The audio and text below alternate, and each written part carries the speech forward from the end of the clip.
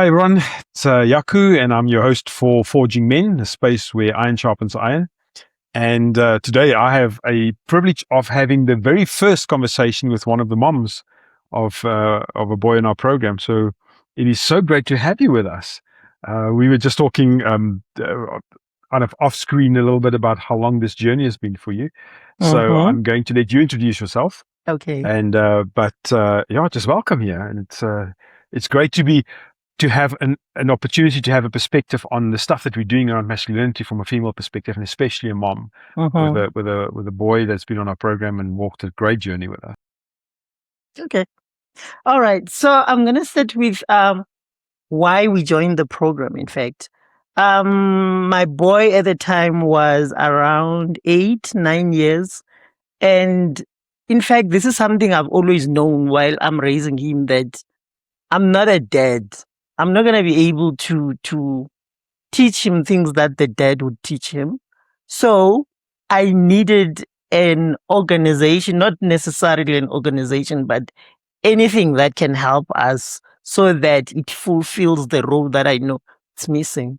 And I searched on the internet and I've been asking people, and all the things that I was finding on the internet were like kind of not resonating with me. And one day I had your interview around Father's Day on 947.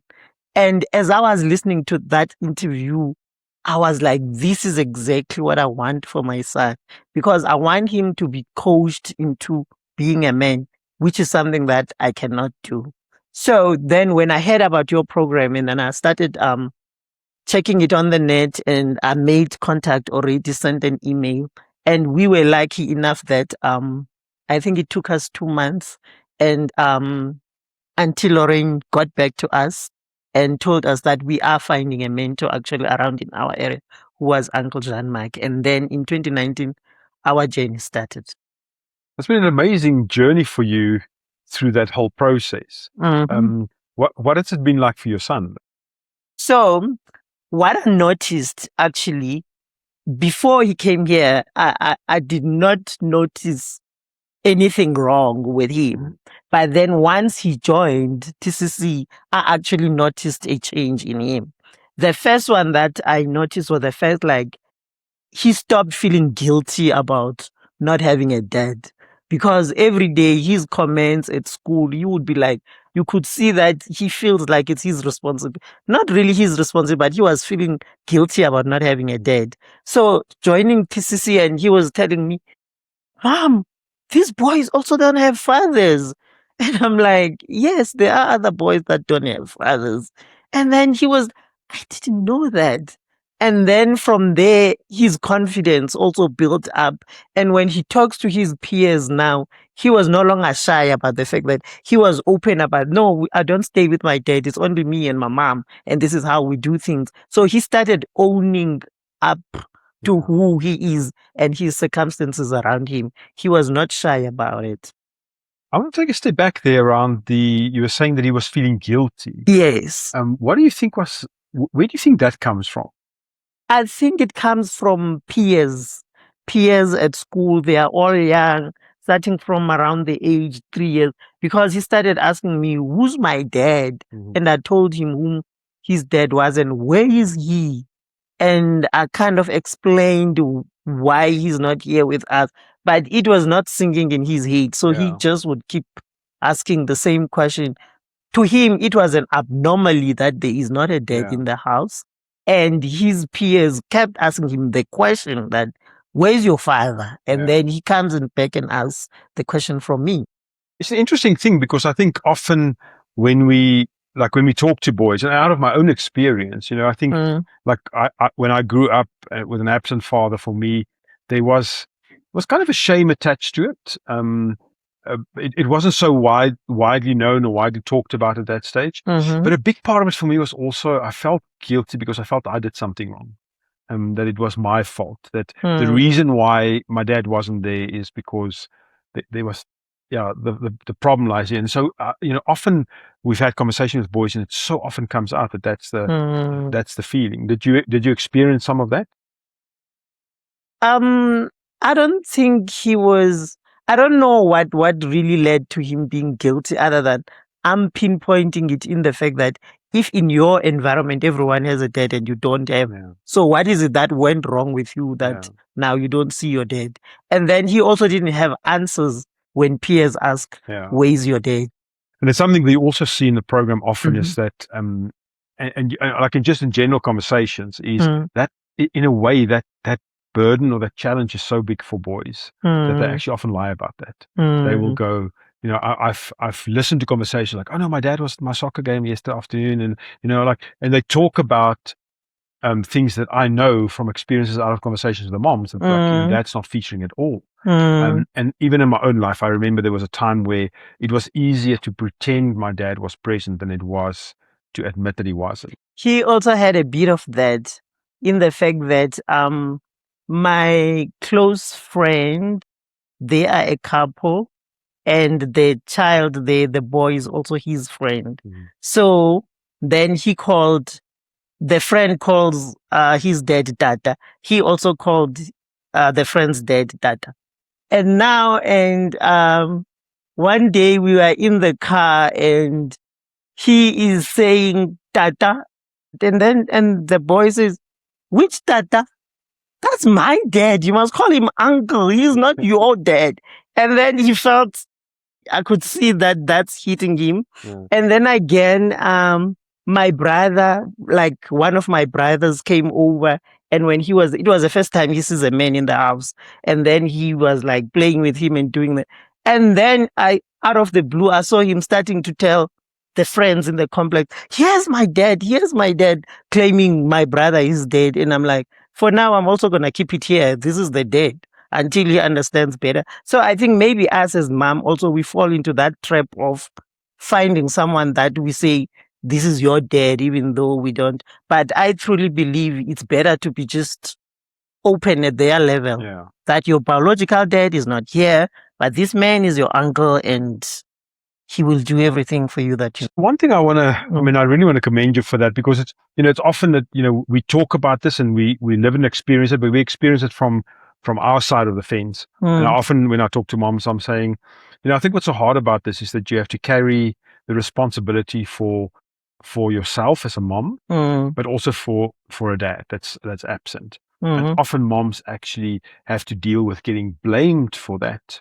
And not necessarily because it's your fault, but there's some anger in there that a mom then have to deal with in that space, which also means that it's like you have your own stuff to deal with, your own hurt in that space, but you kind of can't deal with that because you now have to focus on this thing. And so, you know, I often say to moms, it's, you know, it's not that you're not good enough, you're just not dad enough. And that's what you said earlier, is that you understood that from the beginning, to realize that there's some stuff here that you are going to have to give your son that you don't have. It's a simple fact that there's certain things that you're not going to understand. And so I think, you know, from that point of view, I really want to, you know, just kind of put that out there, that is such a remarkable way to think of that, because what you're doing in that space is that you are understanding the needs of your son. And you're making a priority of that. But now it's easy to talk about great masculinity when we talk about your choices and your son, because, you know, he's been on our program for a long time and he's just a remarkable young man. But I want to focus on the fact that, I mean, he's also one of a very small percentage in reality in our country. I mean, the recent stats around this it's horrifying. And we now know that probably less than 30% of boys grow up with an intentional father in the home, intentional biological father in there. So there's a lot of additional, you know, we've got social fathers and there's uncles and you know, there's a lot of other role players there, but that original link is missing. And so there's so many boys that do not have this. And it drives really, really unhealthy masculinity in our country. And I wanted to kind of touch a little bit on that from a female point of view. Currently, if you look at the masculine landscape, what are you saying would be some of the biggest challenges that you're experiencing from your point of view in that? From my point of view, I would think it's you know, when I'm thinking of masculinity, I'm tempted to think about my boy, Yeah. but I just want to, what do you call it? I don't know how to phrase the question actually, because I mean the answer. Let me talk of masculinity from different perspectives. From I would say I saw masculinity from my own dad, because my own dad was a provider. He protected us, he looked after us. Yes, he was a traditional man because we are from an era of traditional norms, in the sense that my mom would be doing, like in terms when it comes to household work and all of that, my mom would be doing that. And my mom was a housewife, so looking after us and raising us. So my dad was playing his role as what is expected of him, which is providing for us, protecting us. And that's my definition of masculinity. And then coming to me as a female person who looks at a guy and see if is this a man that is, what do you call it, masculine enough for me. So I view masculinity as someone who is respectful, someone who gives you space to be you, and is able to handle relationship conflicts, and someone who is, obviously he's a man, so he will be thinking differently from me. I'll see things from a female perspective, and someone who can then, when I see things on a female perspective, can show me a male view of this. So an all-rounded person that is confident on his manhood, who he is, and is able to exercise that without feeling shy about it, but doing it in a respectful way. How often do you see that description in masculinity in our country today, for example? Broken mostly, because I see there are like many men who fulfill the role, but when I look at a broader society, I just see people who exercise maybe masculinity in a wrong way. Masculinity in the sense that you have to have a female person almost like below you to feel masculine. So I think a stronger version of masculinity is that of knowing how to coexist with your female counterpart. What do you think is the reason for that, from your perspective? That this whole thing about, I'm better than you, and therefore I can only be a man when I can kind of put you down. Comes from conditioning. We've been, as our peers, the younger ones, the older ones, conditioned in a way that makes a man superior. Therefore, you demand the superiority in the spaces where you are. How challenging is it then to raise a son in an environment where you see that and you see the brokenness, and yet you have a desire for him to behave differently? I look at the things that our peers are doing, are perceived to be wrong, and the things that our fathers are perceived they did not show their sons, and their sons are practicing it wrong. What would I want to correct? Then I correct that with my son where I can. I make sure that in the house, we share the household. The household is not mommy's job to keep the house clean. It's our job in the house. And as he grows, he must respect everybody around him, including women, and obviously observe from other men, which is where TCC mentors come in, and other positive male role models in his life, which are the coaches, the teachers, or big brothers. So I make sure that he observes the behavior of the people that are are modeling positive masculinity in him. And where something I believe is not right, we cannot talk, I show him insights of what is right and what is not wrong, using people around him as example. So you understand that you have a very important role to play even in your son's development as a man. Mm-hmm. What do you think would be some of the most important aspects? So you already, we were talking about the fact that there's certain things that he's going to need to find from a positive male role model that you cannot give him. Mm-hmm. But there's some fundamental things that a mom needs to show her son, and where you can play a role. What have you seen and experienced or believe would be some of those?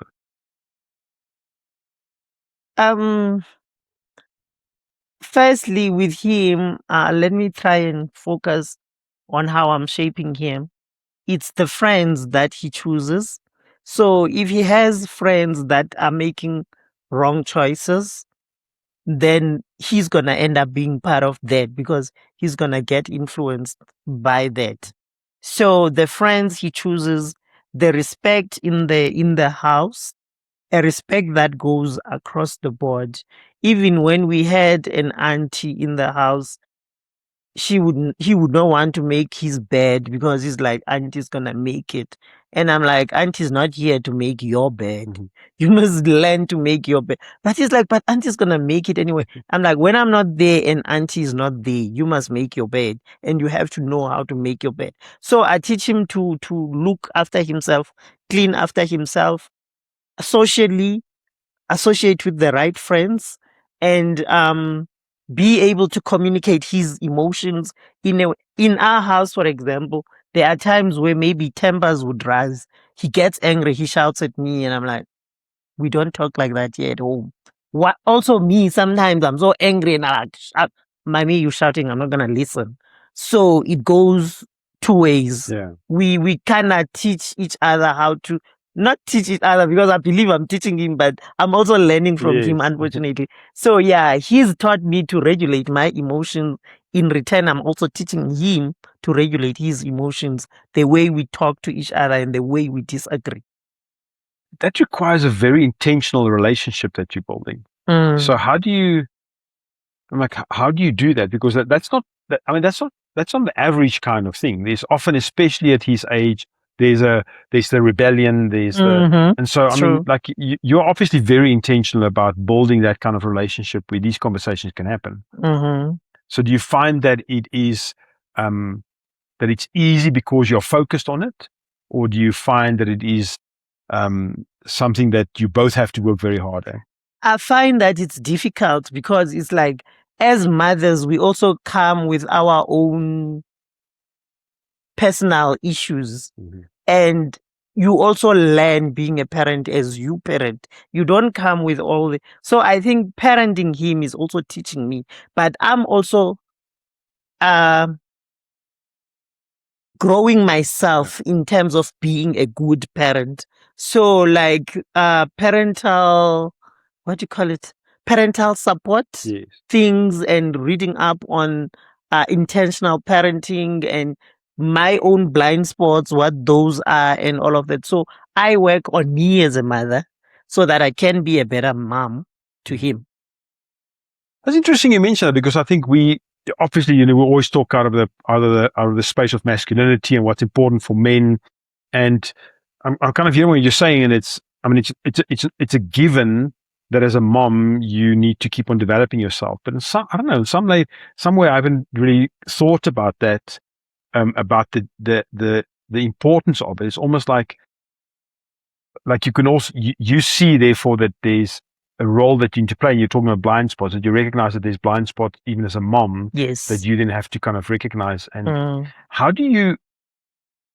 where do you find the spaces where you have those kind of conversations, and how do you make that work? Because that touches so much on what is very important for us in the space and conversations with men around surround yourself with positive male role models and all of those things. So how does that look from your point of view? Same way that I looked for coaching for him, because he does not have a father. Therefore, he needs that type of support. As a parent, I'm a single mom and I've never been a parent before. So I also have to find support for myself. So maybe just engaging with publications that guide people about intentional parenting, or even join paid groups that are coaching moms on being better parents. And because, and then surrounding yourself with moms that have done it before, and I look up to as in terms of the ways that they raise their kids. Mm-hmm. I think there's such an importance in there for moms having to deal with that stuff. And so some of that stuff I understand also when it comes to, for example, relationship. And we often talk to moms about, especially when your boys are small, moms are often putting their own lives on hold to focus on the development of their children and their sons specifically. And then it comes a time when they grow a bit bigger and moms have an opportunity perhaps to start dealing with all their own hurt in that space. And then, and looking at new relationships. What are, when we talk about the dangers of that and the importance of the male influences that comes into your son's life in that space. So I think that's a very interesting way to also look at that. How do you find, what would be the biggest challenges from a mom's point of view, for example, and I would imagine any kind of relationship that you're getting into. Let's talk about romantic relationships. For me, it was clear to me from the start that I'm not gonna expect a boyfriend or a romantic partner to be a father to my son. If that happens, it's gonna happen naturally out of all of us growing into that space. Mm-hmm. But initially, I do not expect this person to come into my house and be a boyfriend to me and be a father to my son. And when we separate, then that is stripped away from my son. And so I had to separate my romantic relationships from male role models that I want my son to look up to. So people that are going to be role models to my son that he looks up to is neutral people in his life, the mentors, the teachers, the coaches, male friends that are around, people that are there forever anyway, if I were to say it. Yeah. But if they are not there, there is no brokenness. It's just natural progression of life. So the only man, in my view, who would qualify to then come into a space and be part of my son's life, once me and the boyfriend have established a meaningful, sensible relationship and we want to take it further, then we start introduction from the basics. I would sit my son down and say, now I have this person.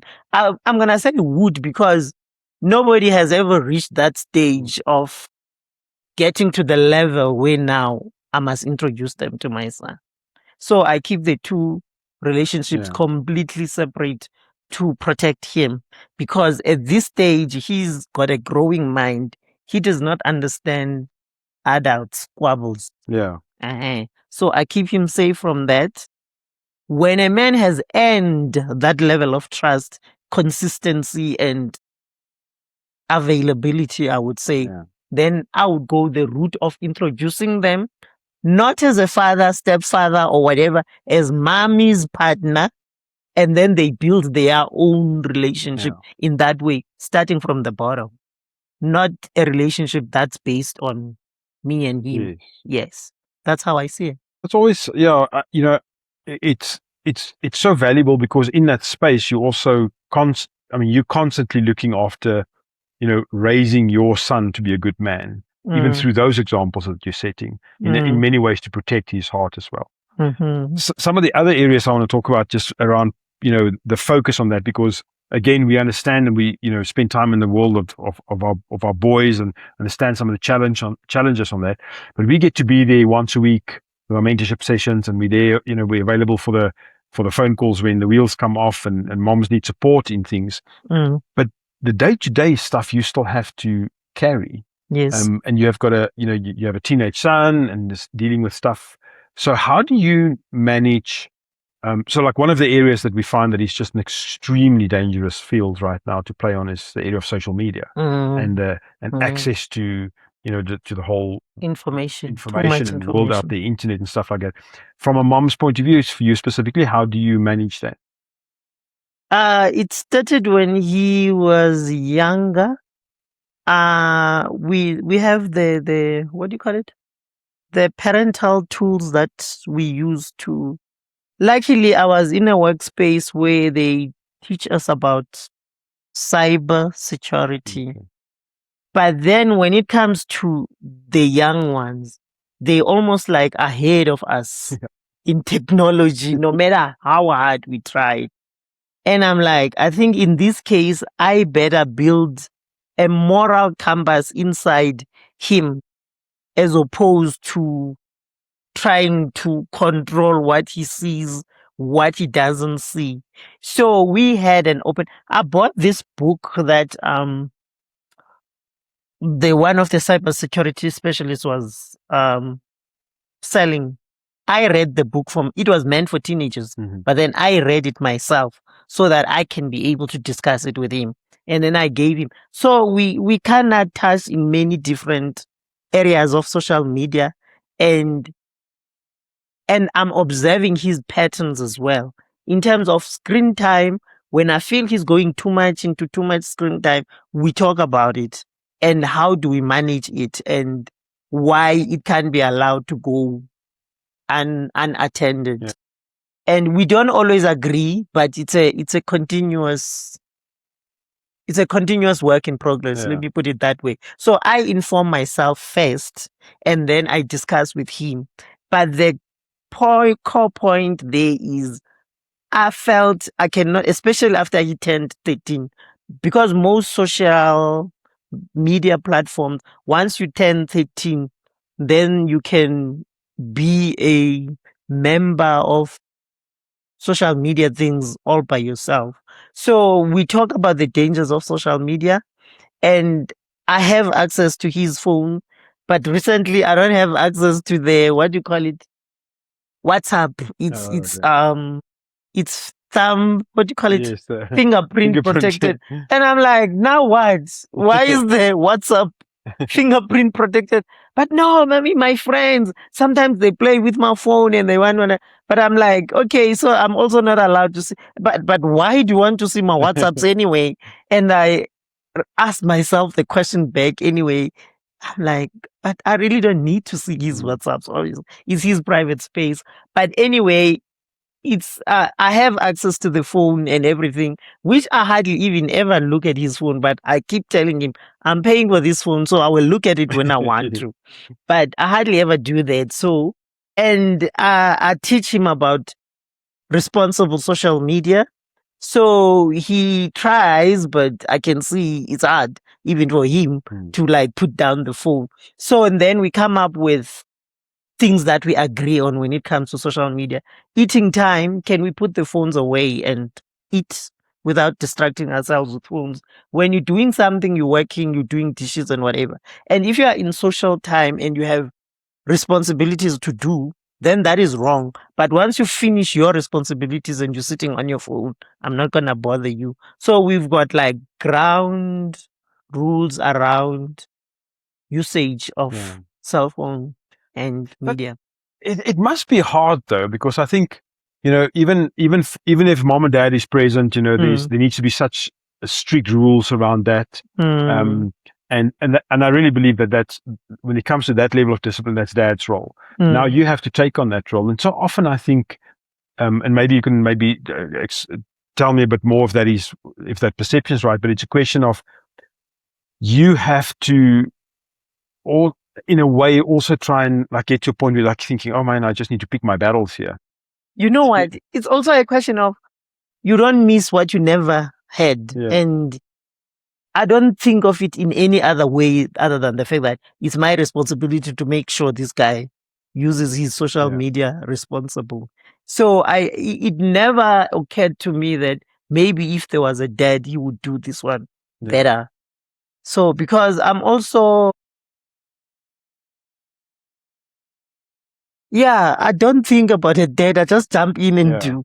Well, obviously, Yes. because that's the role that you've taken. Yes, yes. I mean, I just looking at your son and the way that he has male mentors in his life, and he's got positive male role models there. But that has a certain amount of stuff. But the kind of the bigger whole picture has a lot to do with your intentionality as a mom, as a single mom, as a parent that looks out for him. But I think all moms, especially single moms, will agree that it's often a difficult space, because you need to also, I mean, there's such a push on creating better social media spaces, and yet so often it is that space where a lot of the conflict lies. It's like, oh man, I just don't want to have that fight, and we've had a long day, and this is it's kind of just, often it's just the two of us that has to manage this relationship at home. So true. We also don't want that to be a conflict space the whole time. Balancing that. I think you're right when you say it sometimes get to a point where you're gonna want to choose your battles. So social media as well, it's like, I just put the ground rules. They are there. Sometimes they get observed and sometimes they don't. For me, it's almost looking at how bad is it, or what is the consequence. So I choose my battles, yes. But then when it comes to other stuff where I think a man would do this better than me, let me give you an example. Okay, in terms of things that he learned from men, I'm gonna make Uncle Jean-Marc as as an example, who was his mentor, but I would say still his mentor, because they are in touch even though he's now abroad. I asked him one day, and like, what is it that you learned from Uncle Jean-Marc, from having a mentor? And he was like, he learned to talk to adults without being scared to talk to adults. And he likes the fact that Uncle Jean-Marc plays with them, and he's almost like, he's not a scary adult. Yeah. He can relate to him. So through him, he actually, out of engaging with Uncle Jean-Marc, then that helps him to engage with other male people out there, male figures.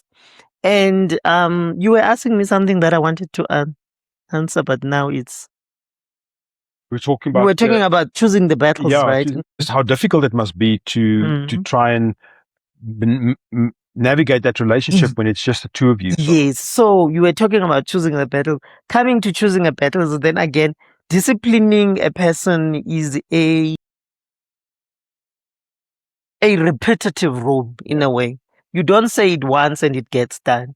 You keep repeating yourself, and things that go wrong, there's so many of them that you cannot fix them in one day. So what I do, I pick up on the ones that matter most, because I also don't want to be a naggy mom and forever be complaining. It's not like many days go without anything wrong. I'm like, today I'm just not in the shouting mood. So I'm just going to let some of the things slide. And anything that is serious enough for me to address, then I will address it. Since I'm saying disciplining a person is a repetitive thing, I can say it today. I don't have it to say it tomorrow and say the day after. But after a while, and I see the pattern repeats itself, I must remind again.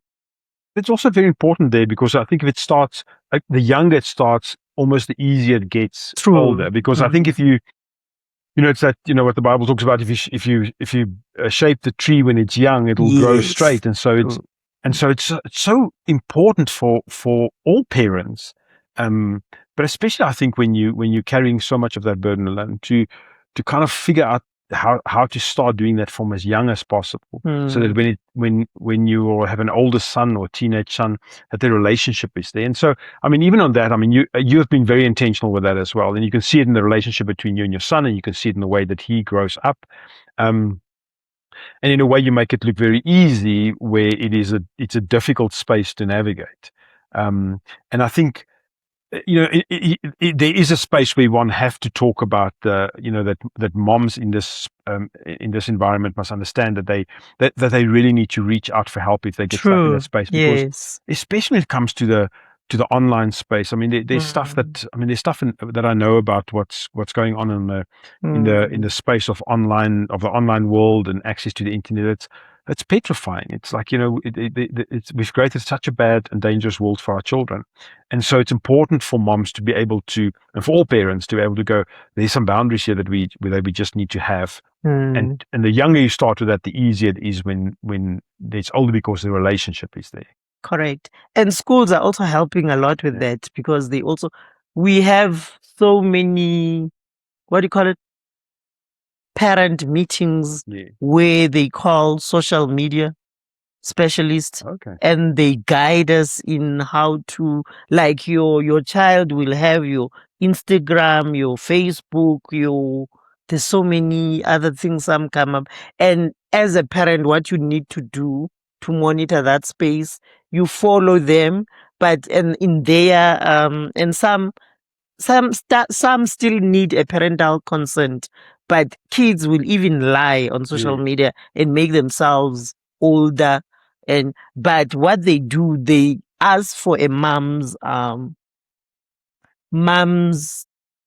email address and cell phone number anyway. So the child joins, and when they join, mom must approve the child joining that social space.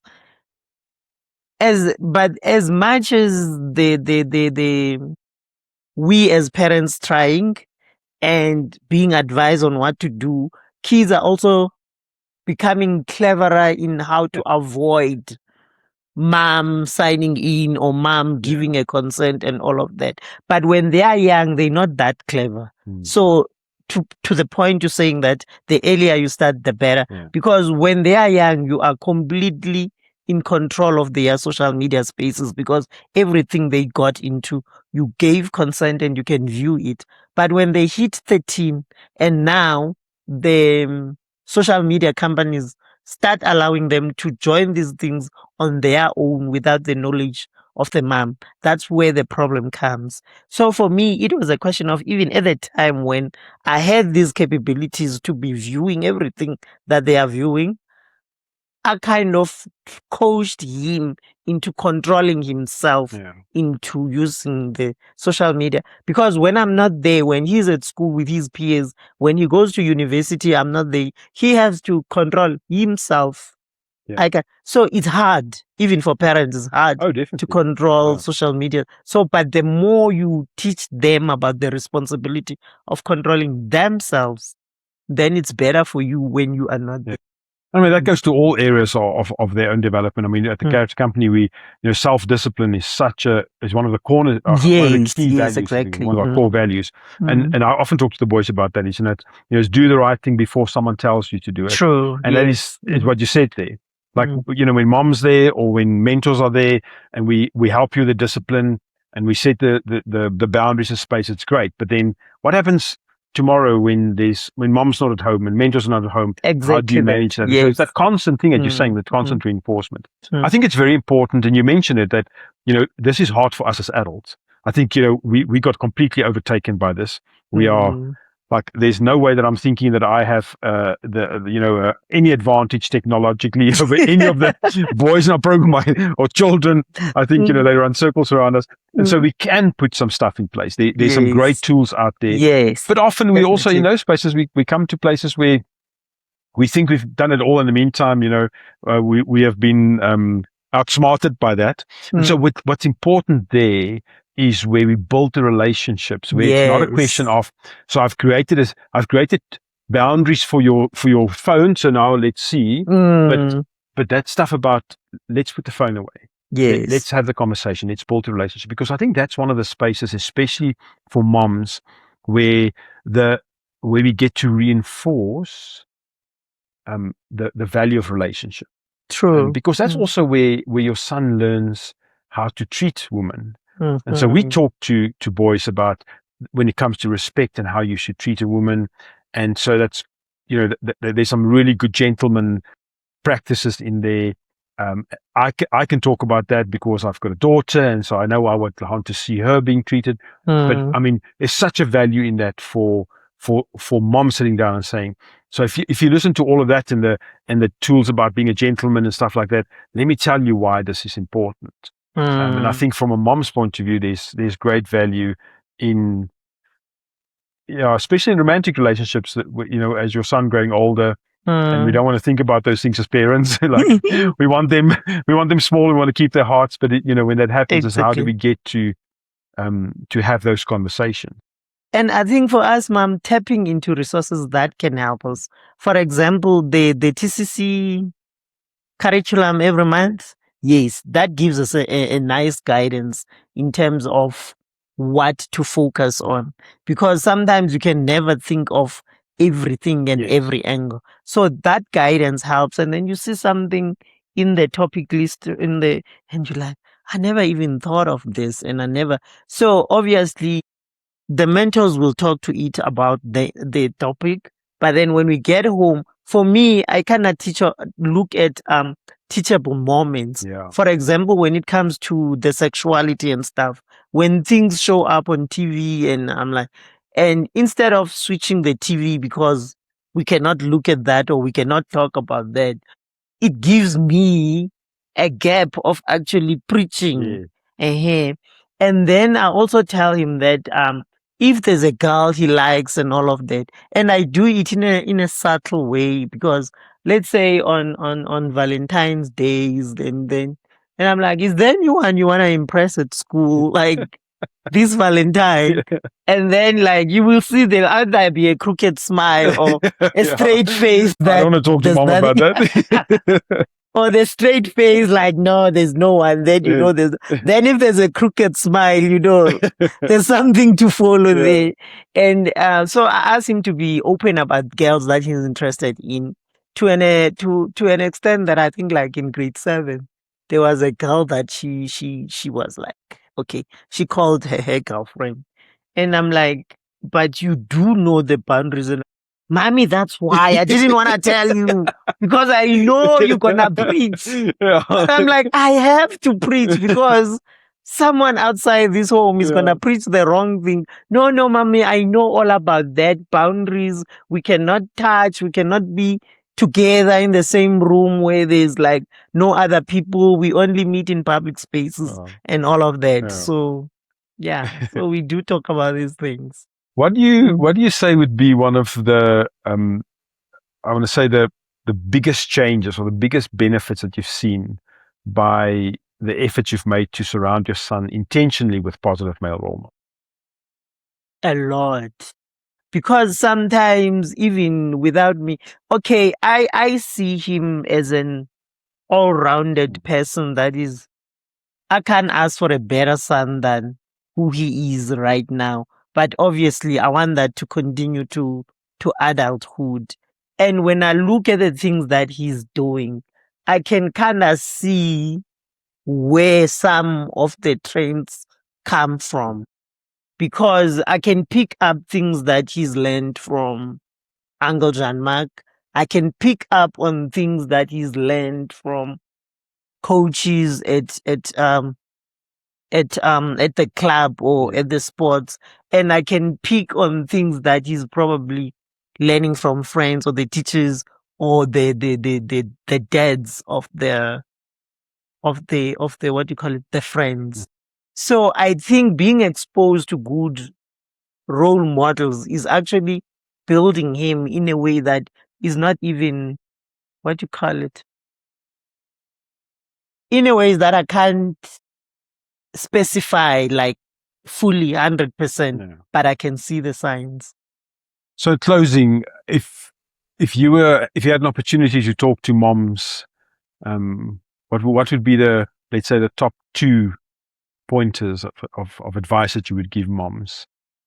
I would say raising boys specific. I would say first, mom must work on themselves.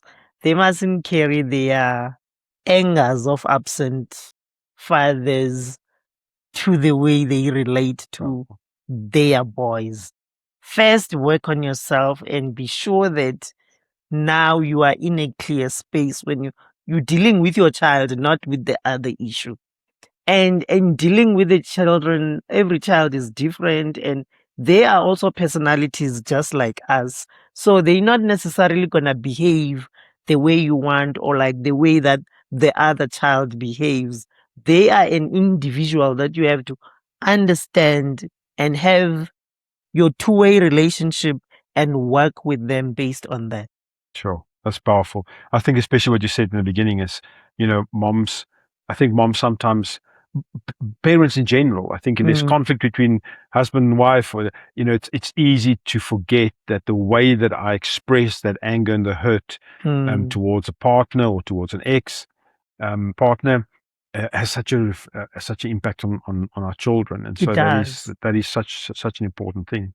I want to thank you for, not just for your time and having this conversation. It's great to hear some of this from a different perspective, but also I really want to thank you for the way that you have so intentionally walked into this space. I love the word intentional, and the way you just make it look so easy because you've been so specific about the stuff that you want to see from your son.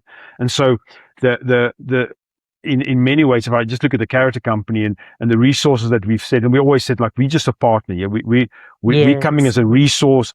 But you have just grabbed those resources and you've really made it tools that you've picked up and said, oh, here's something I can use, here's something I can reinforce. And so, it's I want to say, well done. High fives all around for that. And you see that in the way that your son lives his life. I think sometimes I would want to say to moms, you get to parent easier because the character company is providing some support. And sometimes I want to say, thank you very much for making mentorship easier because of what you're doing. So, that really is remarkable. It really, when you hear this, like we've experienced it with you, but when we hear the kind of the reasoning behind it, it just shows us the value of the partnership. And the stuff that you talk about there, that, being intentional, putting in the work for it, because it's not hard work. It's just being mom. And that's where the value in this lie. Yeah. So thank you very much. And I also want to thank Character Company for providing us the space to be better mothers. Without Character Company, I don't know if I would have achieved as much as I had with. I really credit a lot of who he is as well to the experiences that he got through Character Company. Yeah. So for moms out there listening, especially single moms with boys, it's so important to understand that you are doing such an amazing job, and it's the stuff that you're dealing with is often difficult and it's challenging, and none of that's got to do with the fact that you're not good enough. It's just because you're not dad enough, and there's a role that a dad needs to play in this. And so reach out to moms that are in this space, that have walked this journey. And even the mentorship for moms, to hear from other moms in this is so valuable. Our boys need positive male role models. That is, we can't say enough about that. So thank you for allowing us in that space. We are privileged for it, and just enjoy the journey. We're looking forward to more of this. It's a pleasure for me too. Yes. So awesome. Thank you. Oh, this was so amazing. It's just like getting a bit of a glimpse into stuff that I've always just thought about and hoped for. Hoped for. Yeah. It's like, the reality is it's not like this with all moms. There are moms that are just kind of just like, sort this out. I just, I'm not dealing with it. I can't cope with this and stuff like that. And so it makes the journey harder. It's I know. Our heart is for godly masculinity, and so that's the intention behind everything. But it does make it a lot easier when we know that when we say, like here's a resource, and a mom picks it up like you do. It does make a difference. And at the end of the day, the difference comes in having a man that is going to treat women well because he treats his mom well, because mom has showed him how to do that. So some of that only you could do. Yeah, so we are grateful partner. Yes, to create a good man there. Yeah. Thank you so much. No, thank you. This was really magic. Well done. Thank you. Probably one of my highlights. Yeah. It was really good. Thank you, guys. Thank you for allowing me the space to voice my experiences. Yeah. Mm.